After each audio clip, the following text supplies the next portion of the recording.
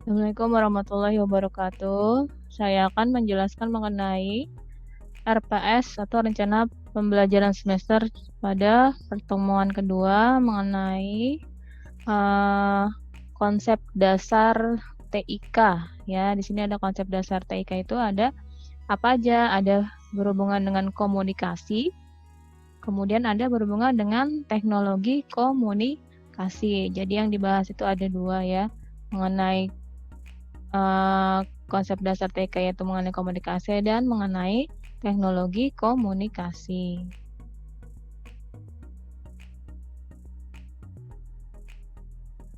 Oke, kita masuk materi pertemuan yang kedua mengenai konsep dasar komunikasi dan teknologi komunikasi. Jadi di sini adalah pertama membahas mengenai pengertian dari komunikasi.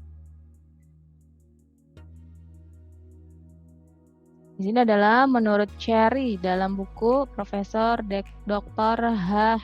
Hafid Kanja ya, MSC, bahwa di sini adalah istilah komunikasi berpangkal pada perkataan Latin komunis yang artinya adalah membuat kebersamaan atau membangun kebersamaan antara dua orang atau lebih.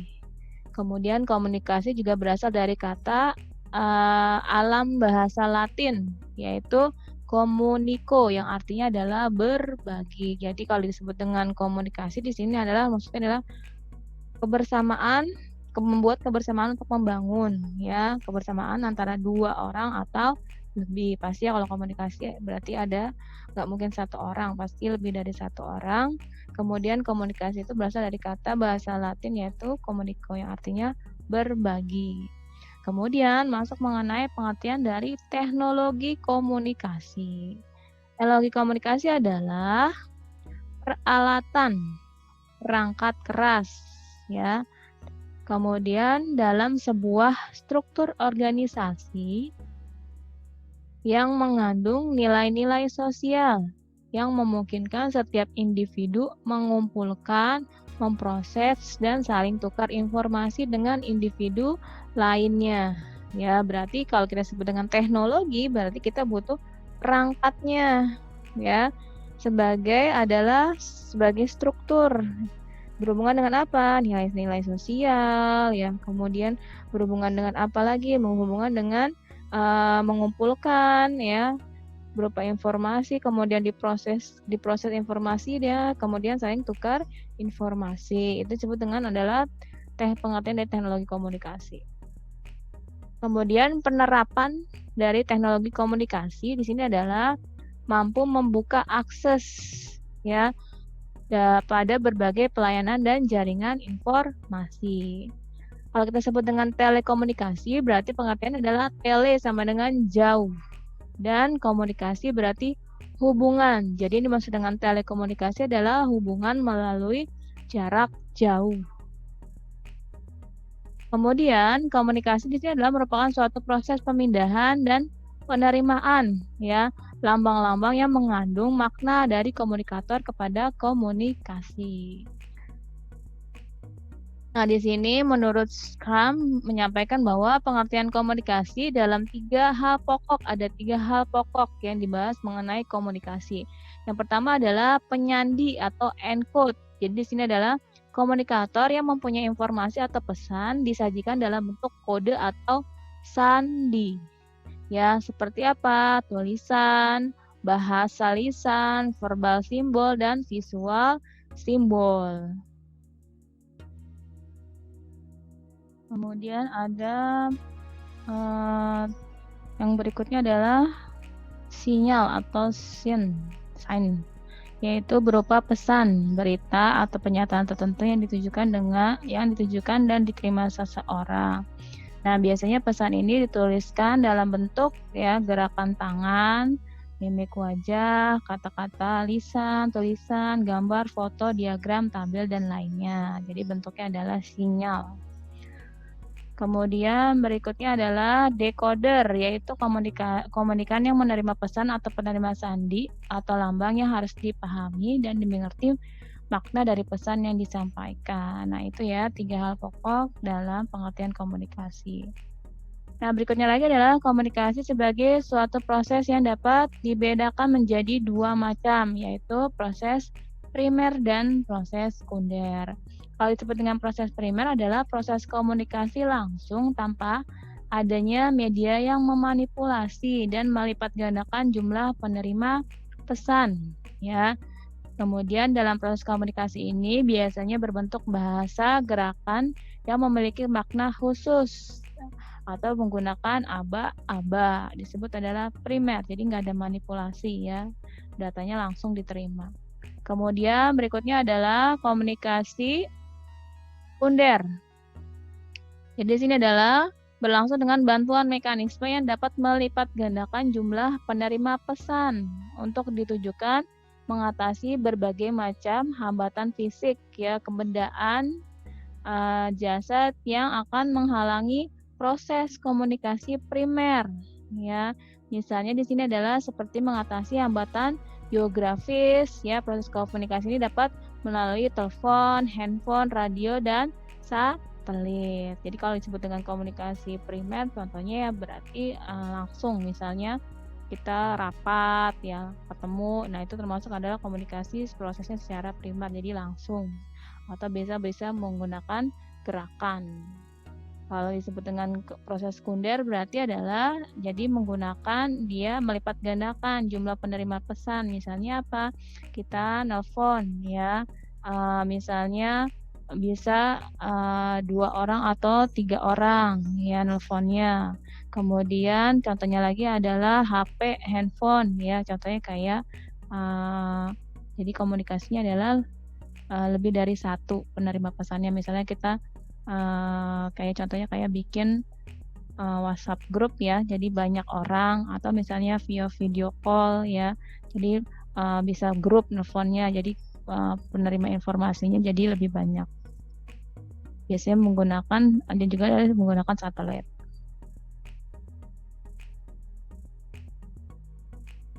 Kemudian masuk ke penerapannya nih, penerapan teknologi informasi. Yang pertama adalah proses penerapan teknologi komunikasi. Di sini adalah proses implementasi atau penerapan teknologi komunikasi merujuk pada model inovasi. Di sini adalah dalam buku Communication Technology. Disebutnya adalah The New Media in Society, diperkenalkan oleh Alfred M. Rogers ya. Jadi di sini adalah terdapat 2 tahapan dalam proses teknologi komunikasi, yaitu tahapan inisiasi ya, usaha untuk mengumpulkan informasi tentang teknologi komunikasi, memahami dengan seksama dan merencanakan untuk mengadopsinya. Dan di sini terdapat 2 tingkatan. Yang pertama adalah tingkatan agenda setting, yaitu munculnya ide untuk mengadopsi teknologi komunikasi demi menyelesaikan permasalahan yang muncul. Kemudian teknik matching, yaitu kecocokan teknologi komunikasi yang diperlukan dan kemampuan untuk mengadopsinya. Di sini adalah apabila nilai kedua tingkat inisiasi ini positif, berarti timbul keinginan untuk mengadopsi teknologi komunikasi yang diinginkan. Jadi kita di sini maksudnya adalah menggunakan teknologi informasinya seperti apa ya. Yang pertama adalah agenda setting karena ada untuk menyelesaikan permasalahan yang muncul. Kalau di sini adalah kalau matching itu adalah yang diperlukan, teknologi komunikasi yang diperlukan ya, dan kemampuan untuk mengadopsi. Kemudian tahapan implementasinya adalah seluruh kegiatan yang dilakukan untuk menggunakan teknologi komunikasi yang diinginkan. Di sini terdapat 3 tingkatannya.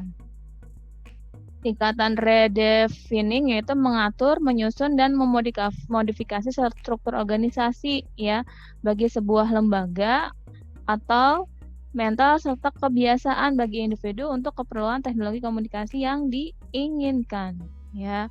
Kemudian di sini adalah teknik clarifying, meyakinkan pada semua anggota bagi sebuah lembaga atau diri sendiri atau individu tentang sejarah teknologi komunikasi sehingga tidak lagi menjadi sesuatu yang asing ya. Berikutnya lagi adalah tingkatan routinizing, tingkat teknologi komunikasi yang sudah dapat diketahui secara jelas dan menjadi bagian dari infrastruktur ya sebuah organisasi atau sebagai pelengkap bagi kehidupan individu. Berarti di sini adalah sudah menggunakan bagian dari infrastruktur ya, dari penerapan teknologi implementasinya. Kemudian perspektif tentang penerapan teknologi komunikasi. Di sini adalah suatu organisasi atau lembaga pengguna teknologi komunikasi memandang penerapan teknologi komunikasi sebagai pertama adalah manajemen sistem. Maksudnya apa? Merupakan upaya atau usaha untuk mengoptimalkan hasil dari suatu sistem organisasi. Perubahan yang dianggap sebagai proses yang turun dari atas ke atas ya. Kemudian proses birokrasi merupakan usaha untuk mengubah kebijakan suatu lembaga berdasarkan persepsi ya, manajemen puncak dan perubahan ditentukan pembuatan dan pengambilan keputusan. Kalau birokrasi berarti ada pengambilan keputusannya. Kemudian pengembangan organisasi merupakan usaha untuk memenuhi keinginan harapan individu dan komunitas yang muncul atau timbul akibat adanya dorongan untuk meningkatkan partisipasinya. Berikutnya adalah proses tawar-menawar, merupakan hasil proses tawar-menawar yang pada akhirnya menghasilkan jalan keluar yang kompromi. Itu yang maksudnya adalah cara organisasi memandang penerapan teknologi itu sebagai apa? Sebagai manajemen sistem, sebagai proses birokrasi ya untuk mengambil keputusan, sebagai pengembangan organisasi, kemudian sebagai proses tawar-menawar. Kemudian perspektif tingkat penerapan teknologi komunikasi. Di sini ada teknosentrik, yaitu terciptanya suatu perubahan dan dianggap sebagai faktor yang dominan yang fokus terhadap kapasitas dan tersedianya teknologi. Kalau sosientrik, yaitu fokus pada situasi sosial yang terdapat pada sebuah lembaga atau organisasi. Contohnya adalah isu-isu sosial dan perubahan sosial. Kemudian adanya konflik, ya, tertuju pada proses pengambilan keputusan. Misalnya untuk apa? Menyelesaikan suatu konflik dibutuhkan penyelesaian dengan cara politik komunikasinya ya, penerapan teknologi komunikasinya. Kemudian dengan sistem ya, tertuju mulai dari teknologi sosial, budaya dan politik yang dikenal dengan sebutan siklus kehidupan sistem. Nah, masuk ke pelakunya nih, pelaku teknologi komunikasi. Ya, di sini ada beberapa pihak yang tersangkut dan saling tergantung satu dengan lainnya. Jadi berupa apa? Rangkaian sumber penyampaian dan penerimaan informasi dengan adanya beberapa pihak yang tersangkut dan saling tergantung satu dengan lainnya. Berarti pelakunya siapa? Ada pemakai, ada perusahaan penyedia jasa telekomunikasi. Contohnya misalnya Telkom ya. Misalnya lagi sekarang kalau jaringan internet ada si First Media, ya ada Indovision dan seterusnya. Kemudian berikutnya lagi adalah produsen peralatan komunikasi yang membuat perangkatnya disebut dengan produsennya. Kemudian badan-badan yang mengatur atau mengkoordinir seluruh kegiatan komunikasi dari segi ekonomis dan teknis dalam mengadakan peraturan, standar harga patokan dan lain-lain. Nah, biasanya ada yang mengkoordinirnya. Ada kalau di sini sih masuknya ke Menkominfo ya, Menteri Komunikasi dan Informasi. Jadi di situ semuanya harus ada aturannya. Nah, kalau di sini ada penjelasannya.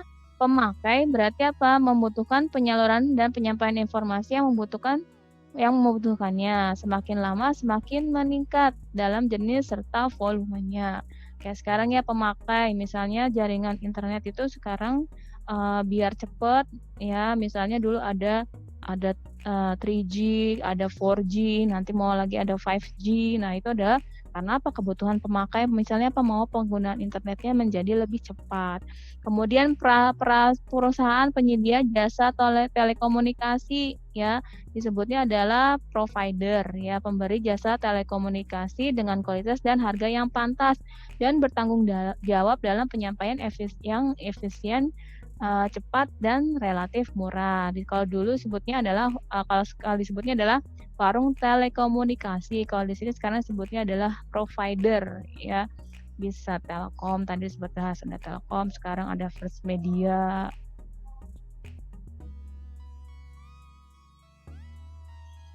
Ya, tadi mengenai perusahaan penyedia jasa telekomunikasi. Jadi di sini adalah yang memberi jasa telekomunikasi dengan kualitas dan harga yang pantas dan bertanggung jawab dalam penyampaian yang efisien, cepat, dan relatif murah. Atau disebut di sini contohnya warung telekomunikasi atau wartel, atau sekarang disebutnya provider. Misalnya ada Telkomsel, contohnya IndiHome, yang First Media, itu adalah penyedia jasa.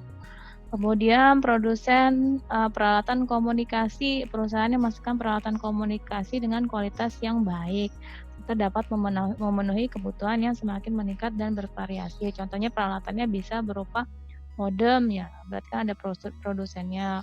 Kemudian kabel, ya, nah itu termasuk adalah produsen, ya. Kabel apa? Kabel jaringan misal. Kemudian badan yang mengatur, mengeluarkan peraturan dan persyaratan yang standar. Pelaksanaannya berdasarkan pengalaman tingkat teknologi yang ada, perkiraan perkembangan teknologi yang dicapai oleh industri sehingga kebutuhan dapat terpenuhi dengan ongkos yang termurah. Jadi ada badan regulasinya yang menentukan, ada aturannya, misalnya dari pemerintah, misalnya dari Kementerian Komunikasi, misalnya standar jaringan itu sampai berapa batasannya, ya. Nah, berikutnya masuk mengenai pengertian dari informasi.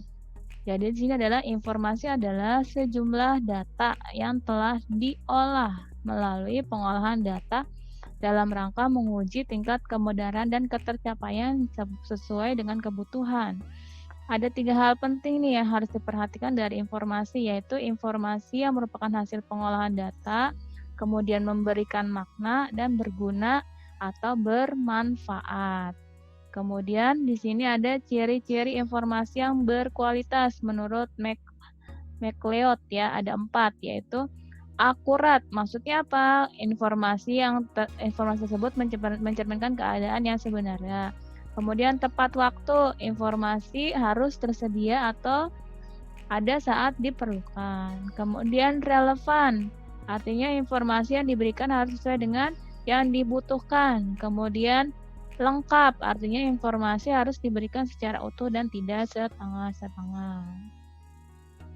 Kemudian masuk mengenai jenis informasi. Di sini ada jenis informasi. Yang pertama adalah absolute information. Jadi jenis informasi yang disajikan dengan suatu jaminan tidak membutuhkan penjelasan lebih lanjut, ya. Kemudian substitutional, ya, information, yaitu jenis informasi yang merujuk kepada kasus di mana konsep informasi digunakan untuk sejumlah informasi. Kasus di mana konsep informasi digunakan untuk sejumlah informasi. Kemudian philosophic information, jenis informasi yang berkaitan dengan konsep yang menghubungkan informasi pada pengetahuan dan kebijakan. Kemudian subjective information, jadi jenis informasi yang berkaitan dengan perasaan dan emosi manusia. Kemudian objective information, jenis informasi yang merujuk pada karakter logis informasi tersebut. Kemudian cultural information, jadi informasi yang memberikan tekanan pada dimensi kultural.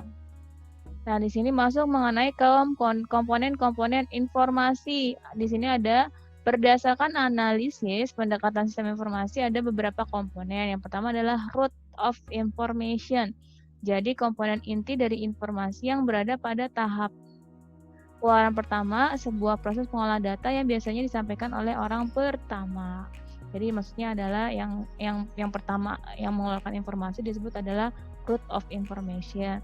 Kemudian ada namanya bar of information, yaitu badan atau batang informasi yang disajikan dan memerlukan informasi pendukung agar informasi pertama atau inti dapat dipahami secara utuh. Jadi dia butuh adalah badan, ya, atau batang informasi yang disajikan di sini memerlukan informasi pendukung. Jadi kalau yang root of itu adalah yang keluaran pertamanya informasi, kalau bar itu adalah butuh pendukung, ya, memerlukan informasi pendukung agar dapat dipahami secara utuh. Kemudian ada namanya branch of information, yaitu informasi yang dapat dipahami apabila informasi sebelumnya telah dipahami. Berarti cabangnya ya. Misalnya si A informasikan B, nanti B itu menginformasi ke C. Kemudian stick of information, yaitu komponen informasi yang sederhana dari cabang informasi. Bentuk informasi ini biasanya berupa pengayaan pengetahuan, ya. Kedudukan hanya sebagai pelengkap. Kemudian suplemen terhadap informasi yang ada. Kemudian byte of information, yaitu komponen informasi yang sifatnya semi mikro, namun keberadaannya sangat dibutuhkan, sehingga di waktu yang akan datang informasi akan berkembang dan dicari orang. Kemudian leaf of information, yaitu informasi pelindung untuk menjelaskan kondisi dan situasi ketika informasi itu muncul ke permukaan. Misalnya apa? Di sini adalah perakiraan cuaca, ya, perakiraan kemarau panjang, kemudian terjadinya perakiraan terjadinya gempa atau gerhana bulan atau gerhana matahari. Disebutnya adalah jadi kondisi, ya, menjelaskan kondisi. Kemudian masuk mengenai unsur-unsur teknologi komunikasi. Di sini ada unsurnya, yang pertama adalah informasi, alat yang diperlukan, kemudian media transmisinya. Jadi informasi adalah berupa apa? Berupa tulisan, suara, musik, gambar, dan data yang memiliki spektrum frekuensi dan bentuk yang berbeda. Kemudian alat yang dipergunakan untuk meneruskan informasi tersebut. Butuh alat, ya. Misalkan saya mau informasi sesuatu, misalnya saya biar gampang pakai handphone, berarti alatnya handphone. Kemudian dengan media transmisi dan sistem modulasi, misalnya apa? Penghubungnya misalnya apa? Kalau kita pakai handphone, berarti butuh misalnya yang menghubungkan, misalnya butuh satelit atau butuh BTS tuh, ya kan, nyampe ke BTS dulu baru informasinya disebarkan. Kemudian tadi, ya, catatannya adalah di sini adalah cara telekomunikasi melalui media pembawa atau transmisi, bisa berupa contohnya adalah kabel, ya, kabel koaksial. Jadi di sini adalah sejenis kabel utama terbuat dari tembaga yang dikelilingi oleh anyaman halus tembaga lainnya, di antara keduanya terdapat isolasi. Jadi di sini media untuk pembawanya butuh namanya kabelnya. Kemudian, nah, bentuk akhir atau informasi yang diterima harus sesuai, ya. Harus sama dengan bentuk awal informasi yang dikirimkan dalam batas-batas distorsi yang dapat ditolerir. Jadi kita kalau menyampaikan informasi A, ya nyampainya A. Jangan nanti informasinya A, nyampainya misalnya B. Nah, itu berarti informasinya tidak akurat. Kemudian dalam jumlah maupun kecepatan semakin meningkat. Artinya apa? Lebar band yang diperlukan semakin besar dengan sistem modulasi yang baik dan berteknologi. Jadi di sini disebut adanya namanya bandnya, ya, atau bahasanya apa, ya, yang mengelola informasi tersebut, ya, berhubungan dengan kecepatannya misalnya. Nah, ini adalah melalui jarak yang semakin jauh, ya. Kalau kita sebut dengan jarak, kalau kita sebut dengan komunikasi, kalau lokal itu adalah jaraknya sampai dengan 10 km. Kalau interlokal berarti jaraknya adalah 250 km, ya. Teleponnya interlokal berarti misalnya sebutnya adalah lebih dari 10 km sampai 250 km. Kemudian internasional berarti di atas 250 km, batasnya adalah 2.500 km. Kemudian interkontinental, ya, berarti di atas 2.500, ya, sampai 25.000 km. Nah, biasanya dengan biaya yang seekonomis mungkin. Nah, kayak kalau kita telepon interlokal berarti kalau sekarang sih hampir sama, ya, kecuali kalau kita sebut teleponnya dulu di wartel atau warung telekomunikasi, biasanya ada tulisannya interlokal sama lokal. Biasanya sih yang membedakan sekarang adalah interlokal, ya. Kalau interlokal itu ada biayanya beda. Nah, sehingga harus dicari titik optimal nih di antara cara maupun peralatan yang paling sederhana dan murah, tetapi dapat memaksimalkan meneruskan informasi dengan cara yang baik dan dengan cara yang mudah. Nah, itu yang maksud dengan penjelasan mengenai telekomunikasi dari pertemuan yang kedua. Sekian, terima kasih.